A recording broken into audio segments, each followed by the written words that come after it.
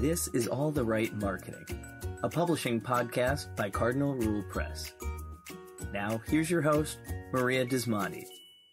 Welcome to All the Right Marketing, where we talk with business owners and industry leaders about marketing their programs and products, which are books.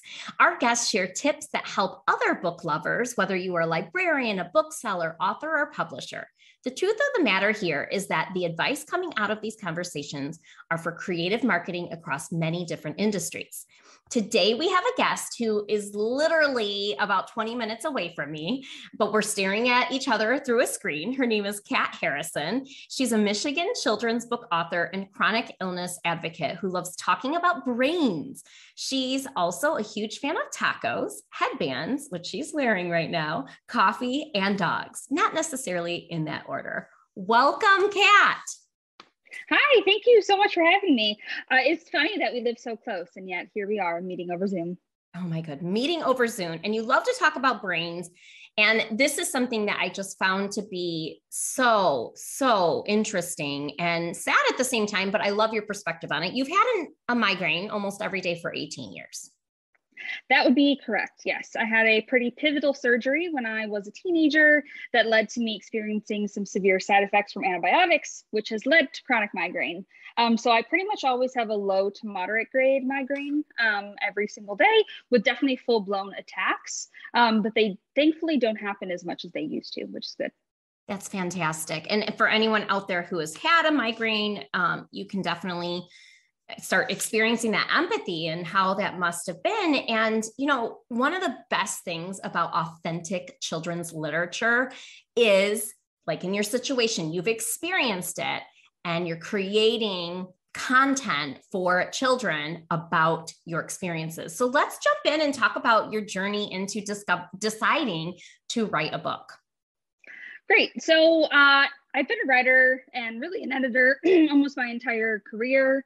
I actually primarily write for adults. I used to be a magazine editor in the parenting sphere, which is how I really fell in love with picture books because I used to review them. And so now it's really nice to be on the opposite side.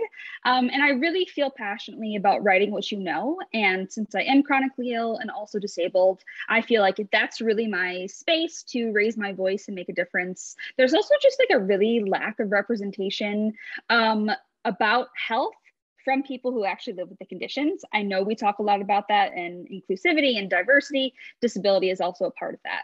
And so doing this has been so healing for me and has been a big part of my both creative, professional, but then also my personal journey as well. Yeah, tell us about you. You don't just have one book. Tell us about your books. Okay, so my debut picture book was called Surgery on Sunday, and it's very sensory emotional learning. Both of my books are. It essentially details, it's a fictional story, but about a girl named Sunday who goes through the night before surgery, through surgery day, and a little bit into her recovery. So that is by Warren Publishing, illustrated by Shane Crampton. And then my second book, which just came out in September, is called Migraine and Mia. And it's a sensory experience of a migraine through all five senses. Mia is really just a conduit for the migraine. You know, she doesn't have much of a plot, really. The migraine is the plot. But it's really, it's really meant to be a tool for not only kids who experience migraine, but also for parents to use as a tool, which is something I've been hearing a lot in terms of how families are using it, which is exciting. That is wonderful. You know, and are there other books about migraines? Because off the top of my head, and being a book reviewer, you probably saw a need in the market. There's literally nothing. There was a drastic need in the market, and yet no one was willing to take a chance on me. And I really do get it from a business perspective. I think it's really important to acknowledge that publishing is a business. Publishers have to make money. I totally get it. But I think if a book doesn't exist, that doesn't mean it shouldn't. Yeah. That means it should. And I recognize that health, especially the way I talk about it, is quite niche. But the wild thing is that 1 in every 10 kids has had a migraine or has chronic migraine, which is like a gigantic amount of kids. And I'm writing this down. 1 in every 10 kids. Wow. Yeah, so I was really lucky. I collaborated with the American Migraine Foundation, and they included a fact sheet at the back of Migraine and Mia that I think really helps to highlight just like it's a really disabling and frequent condition, and yet it's so misunderstood. I think it's often swept under the rug, often glossed over. So I'm really excited to occupy that space. I also feel a lot of responsibility to people with migraine to do it justice, but so far, so good. That's wonderful. And, the fact that it's niche, I think there's another aspect to that. A child who's in the classroom who has a friend who oftentimes gets, they might call them headaches. They might not understand what migraine is. Well, it gives them exposure into what is it. And like you said, you're going through the 5 senses. So it really offers that empathy. Like, what would that feel like to be like Mia? What would that feel like to be my friend in the classroom?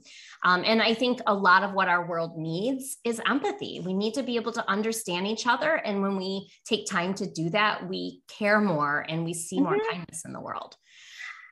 Yeah, definitely. I mean, the world has a gigantic, vast amount of experiences. And I think the reason why there's a lot of, ignorance is not even the word I want to know, but if you've never experienced something, or if you've never had an actual peek into the way other people live, you'll never really understand it.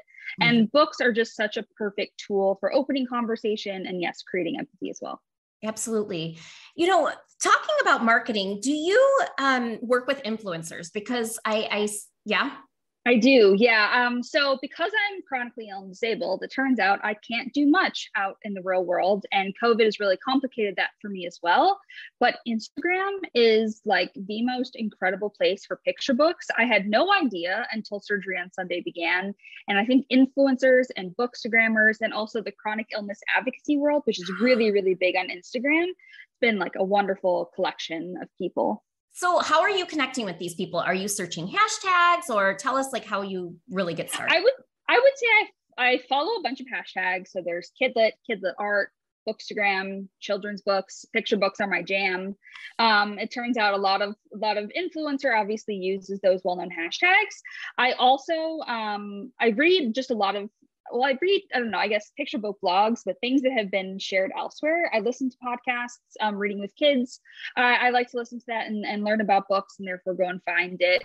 I also hear about them from other authors. So other authors they featured, or maybe someone I know in publishing. But I think the main thing though I want to emphasize is that it's really important to build authentic relationship with influencers. They can tell when you're being disingenuous, and 98% of the time they're doing the work for free.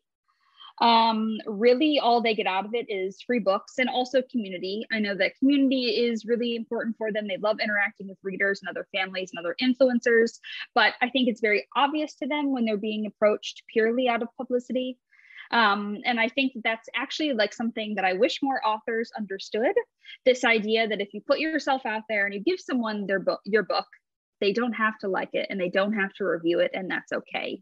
And that's kind of hard to come to terms with, but I think because I've been on the editorial side, you just can't publish or review or spotlight everything. And I also think like you want the reviews to be genuine. Like if someone likes my book, I want to know they like it, but if they don't like it, I don't necessarily want to hear how much they don't like it, but I also don't want to read them waxing poetic on something. Exactly. You don't want to hear fluff. Exactly. No. So when you're building authentic relationships, is this happening in the comment section? Is this happening in the DMs, or is it happening outside of Instagram, maybe through coffee chats on Zoom? Or tell us a little bit more about building those relationships. And for me, all on Instagram. So either through comments or DMs, a couple of emails. I have a quick story that I would just love to illustrate the beauty of Bookstagram. Okay, so when Surgery on Sunday first came out, I connected with a bookstagrammer. I believe the handle is Kids Love Books. I know her as Tess. She's based in Australia, and I had sent her my book and she loved it and reviewed it. And we ended up creating a really nice camaraderie over DM, checking in with each other a lot. Well, she was approached by the office of the Duchess of York, Sarah Ferguson, whose secretary was essentially like, I would love you to make 3 recommendations for picture books because during the pandemic, the Duchess is doing story times. So she recommended my book. I got to send it to her royal office and she did a story time, and it was so fun. And that wouldn't have happened without me developing a relationship with Tess. And it was just, that was like the coolest thing to happen, because I've actually never done a reading in person. Like I've never seen my book in a bookstore because I'm so having to stay so close to home. Yeah. So that was something so beautiful to come out of this whole thing. So Bookstagram is real. If I go back in your Instagram, I wonder, can I see pictures of it? Oh yes, you can see pictures of it. I can send you the YouTube link. Send me the YouTube link. Yes, so she's still doing them. I don't think she's doing them as frequently. During 2020, she did one every single day, which I thought was pretty amazing. But she makes like a set. Sometimes she does crafts that go along with the books. For mine, she had like medical equipment, and then a main character in Surgery on Sunday is an octopus called Octavia, who appears all throughout the book. It's kind of like Sunday's comfort item, and she had a stuffed octopus. It was just like, it was really cool. It was really fun. It was your book coming to life. It was, yes. In a royal situation, which is really exciting. That's great. And we will link to that reading in the show notes. So please keep that information. That's wonderful. So, we're talking right now about your books, and I do have to just ask one clarifying question. Did you say Warren Publishing published your first book? I know Mindy. Oh, also published Migraine. So Mindy is the best. I'm going to have to reach out to her. That's awesome. Okay. So side note. Tell us how we can learn more about your books, where your book's available. Okay. So my main website is catwritesforyou.com, cat with a K, and then available wherever books are sold. I sell signed copies on my website. And then my main Instagram is where I'm, as you know, mostly active, and my handle is XOCat. Fantastic. Do you have any last messages for our listeners today? Yes, I would just say that keep believing in your books and keep pushing them. Don't be too pushy, but like believe in your ideas and believe they'll find the right audience. They are out there. It's been a very long journey for me to get to this point. So many people told me that my stories didn't matter, that they didn't have value. They were well written, but there was no audience. And that is just not true, because if you're writing it, there is an audience. So just keep reaching for it. It'll happen. Oh, that's fantastic. You know where to find Kat for more information. We will have links in the show notes, and we look forward to our next interview that will air next Tuesday. So every Tuesday we have these dropping in the new year. Until then, think outside of the box and don't be afraid to reach your audience in new and creative ways. Thank you, Kat. You're welcome. Cardinal Rule Press offers a variety of support to authors, booksellers, librarians, and families. Find out more at cardinalrulepress.com.